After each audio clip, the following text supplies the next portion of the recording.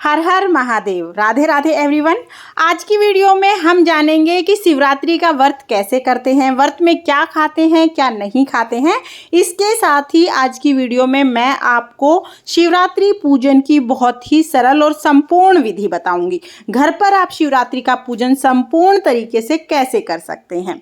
तो चलिए वीडियो शुरू करते हैं। तो देखिए, शिवरात्रि के दिन सुबह सुबह स्नान आदि करने के बाद फिर हमें भगवान भोले शंकर का पूजन करना होता है।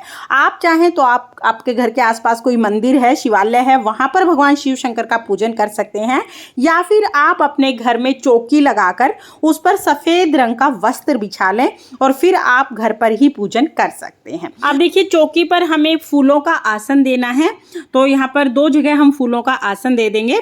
उसके बाद शिव परिवार की कोई भी फोटो या मूर्ति जो भी आपके पास स्वरूप है उनको हम चौकी पर विराजमान करेंगे। गणेश जी भी विद्यमान है तो गणेश जी का पूजन भी हम यहीं पर कर लेंगे।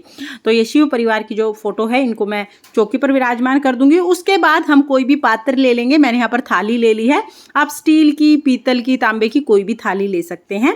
इसमें हम बेलपत्र रखेंगे। तो बेलपत्र की जो एक्स्ट्रा डंडी है ना, उसको तोड़ के सीधा बेलपत्र हम इसमें रख देंगे। अब इस बेलपत्र के ऊपर हम शिवलिंग को विराजमान करेंगे। अगर आपके घर पर शिवलिंग है तो आप उन्हें विराजमान करें, नहीं तो आप मिट्टी से पार्थिव शिवलिंग बना सकते हैं।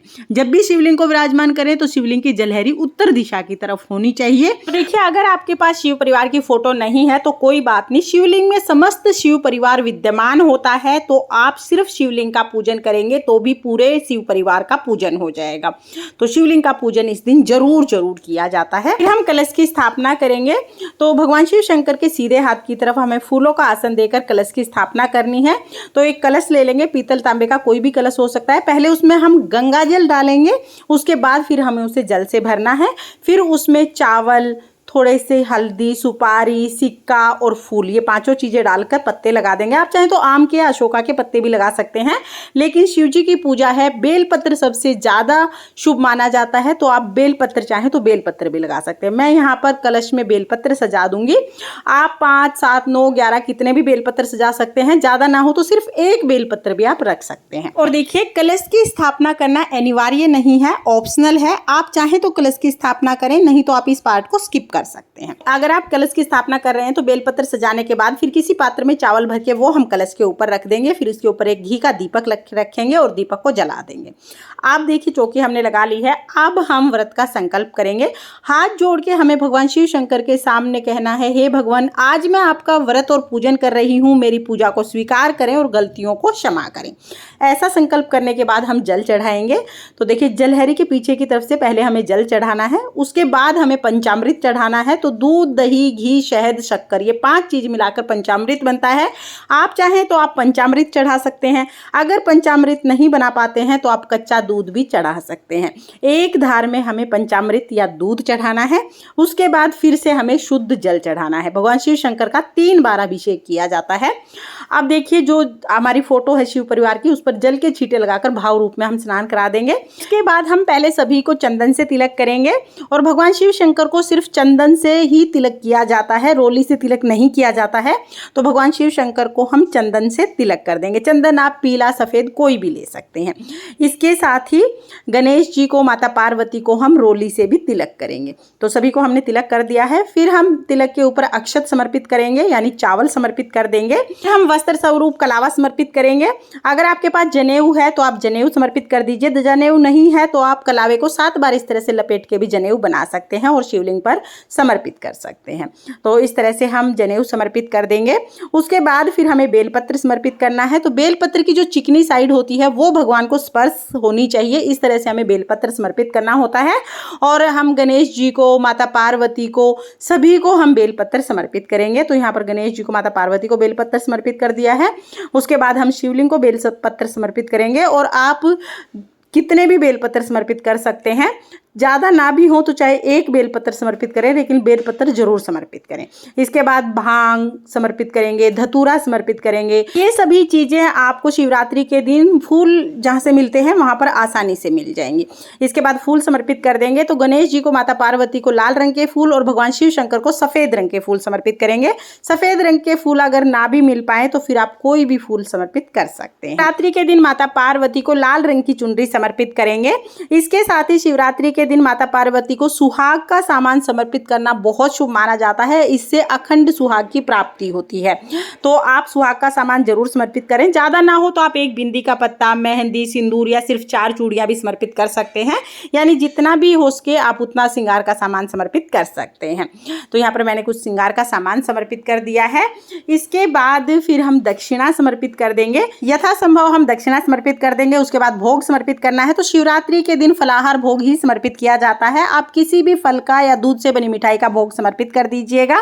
तो यहाँ पर मैंने कुछ ऋतु फल लिए हैं। ऋतु फल का मैं भोग समर्पित कर दूंगी। शिवरात्रि के व्रत में भी फलाहार ही खाया जाता है, अन्न बिल्कुल भी नहीं खाया जाता है। तो यहाँ पर हमने भोग समर्पित कर दिया है। उसके बाद 1 लोटा जल समर्पित करेंगे। अपने सीधे हाथ में फूल या तो चावल लेकर हम शिवरात्रि की व्रत कथा सुनेंगे। आप शिवरात्रि की व्रत कथा सुन सकते हैं या आप शिव महापुराण का पाठ भी कर सकते हैं। पाठ करने के बाद या कथा सुनने के बाद जो फूल और चावल है वो भगवान भोले शंकर को समर्पित कर देंगे। और इसके बाद फिर हमें धूप दीप से आरती करनी है। तो कलश के ऊपर जो दीपक है उसे नहीं उठाना है, अलग से आप दीपक जला सकते हैं या तो फिर आप कपूर से भी आरती कर सकते हैं। फिर धूप दीप दिखाकर बहुत ही प्रेम पूर्वक हम आरती करेंगे। पहले गणेश जी की आरती करेंगे, उसके बाद भगवान शिव शंकर की आरती करेंगे। ओम जय शिव ओमकारा की आरती मैं करती हूँ। आपको भगवान शिव शंकर की जो भी आरती आती हो वो आरती आप कर सकते हैं। आरती करने के बाद हाथ जोड़कर पूजा में रही कमियों के लिए क्षमा याचना करेंगे और अपनी मनोकामनाओं को पूर्ण करने के लिए भगवान शिव शंकर से प्रार्थना करेंगे। इस तरह से हमें पूजा करनी है। तो इस तरह से हमारी जो सुबह की पूजा है वो पूर्ण हो जाएगी। पूजा करने के बाद जो जल का लोटा है ये हम सूर्य देवता को अर्घ दे देंगे और जो भी हमने भोग प्रसाद चढ़ाया है वो घर के सभी सदस्यों में हम प्रसाद के रूप में बांट देंगे। इसके बाद जो हमने श्रृंगार चढ़ाया है ये श्रृंगार हमें अगले दिन आप इसमें से 1-2 चीज़ें यूज कर सकते हैं, बाकी चीज़ें आप दान कर सकते हैं। और जो भी दक्षिणा है वो दक्षिणा भी हमें दान करनी होती है।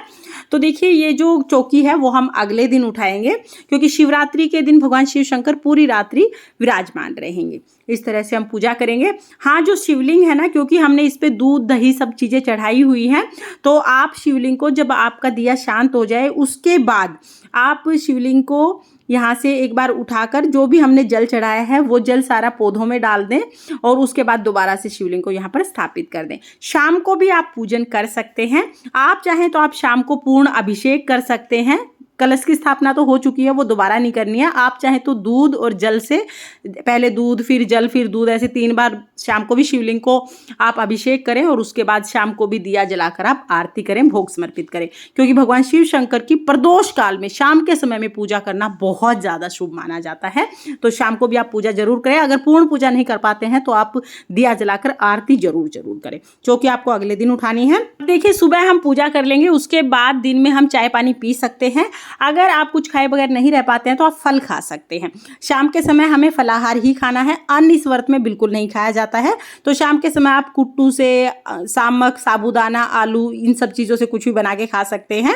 और हमें नमक नहीं खाना होता, लेकिन अगर आप नमक के बिना नहीं रह पाते हैं तो सेंधा नमक आप ले सकते हैं। यानी फलाहार भोजन ही हमें शाम को बना के खाना होता है, अन्न अगले दिन खाया जाता है। रात्रि पूजन की संपूर्ण विधि अगर आपको पसंद आई हो, वीडियो आपके लिए थोड़ी बहुत भी यूजफुल हो, तो प्लीज़ वीडियो को लाइक करें और चैनल को सब्सक्राइब करें। ओम नमः शिवाय। राधे राधे।